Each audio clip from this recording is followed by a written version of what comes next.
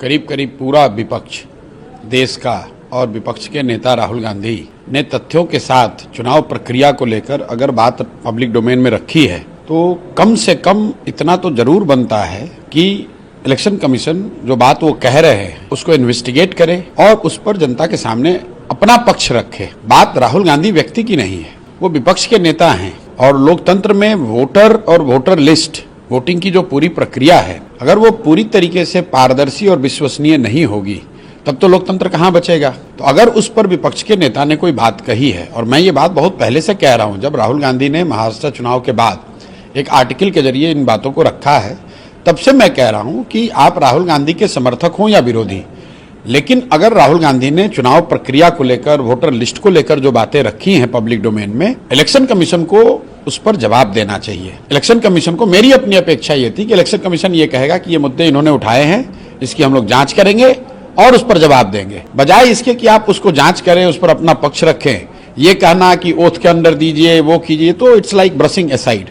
तो अगर आप ऐसा करेंगे तो नेचुरली लोग रोड पे उतरेंगे ही उतरेंगे। सबको रिटेन भी किया गया है। वो तो देखिए लोकतंत्र में जो होता है, आप धरना प्रदर्शन करेंगे, कहीं पुलिस अपना जो काम कर रही है वो कर सकती है। जहां तक मैंने अभी देखा है कि वो लोग शांतिपूर्वक मार्च कर रहे थे, उसको पुलिस ने रोका है।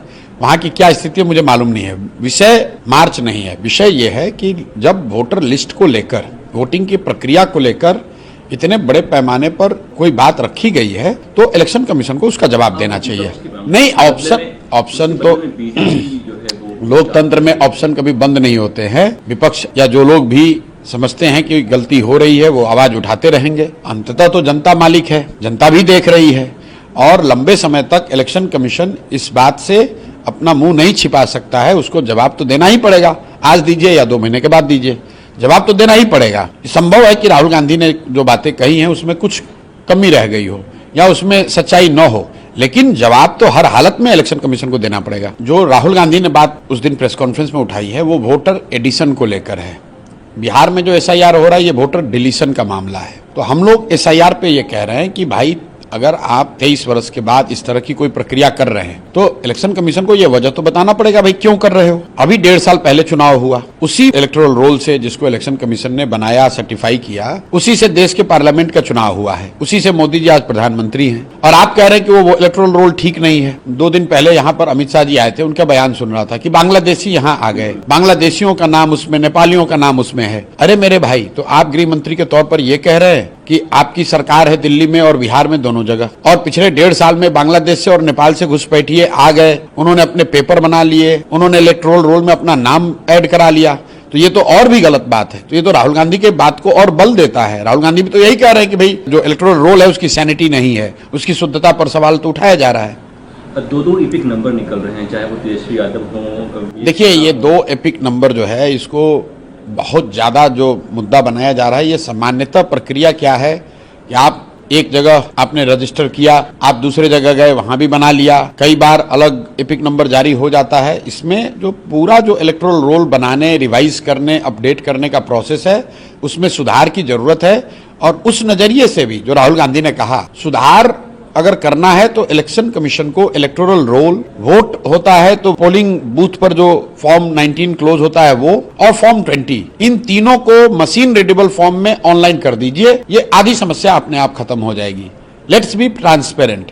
फॉर्म 6, फॉर्म 19 एंड फॉर्म 20, ये अगर तीनों चीज को election commission machine readable form में अवेलेबल करा दे तो हर व्यक्ति जाकर जांच कर सकता है। तो इस तरह के डुप्लीकेट नाम, एडिशन डिलीशन का मामला, कितने पोल हुए, कितने काउंट हुए, वो सारा मामला अपने आप खत्म हो जाएगा। अभी तो हालत यह है कि जो बूथ का फॉर्म 20 है उसको अपलोड करने में इलेक्शन कमीशन 6-6 महीना लगा देता है, और जब वो अपलोड भी करते हैं कि उस बूथ पर किसको कितना वोट मिला, वो भी इस फॉर्म में होता है, कहीं स्कैन करके डाल दिया, कहीं डिजिटल फॉर्म में डाला, कोई स्टैंडर्डाइज फॉर्म में नहीं है, उसको आप एनालाइज नहीं कर सकते हैं। तो इलेक्शन कमीशन को इस बात का संज्ञान लेना चाहिए। फॉर्म 6, फॉर्म 19 और फॉर्म 20, इन तीनों फॉर्म के डेटा को लिटरली रियल टाइम बेसिस पर अगर मशीन रीडेबल फॉर्म में अपलोड कर दिया जाए तो उससे बहुत तरह की परेशानियों से बचा जा सकता है। देखिए अब राहुल गांधी ने क्या कहा, वो राजनीतिक तौर पर इस मामले को कैसे आगे बढ़ाना चाहते हैं, ये हमारा विषय नहीं है।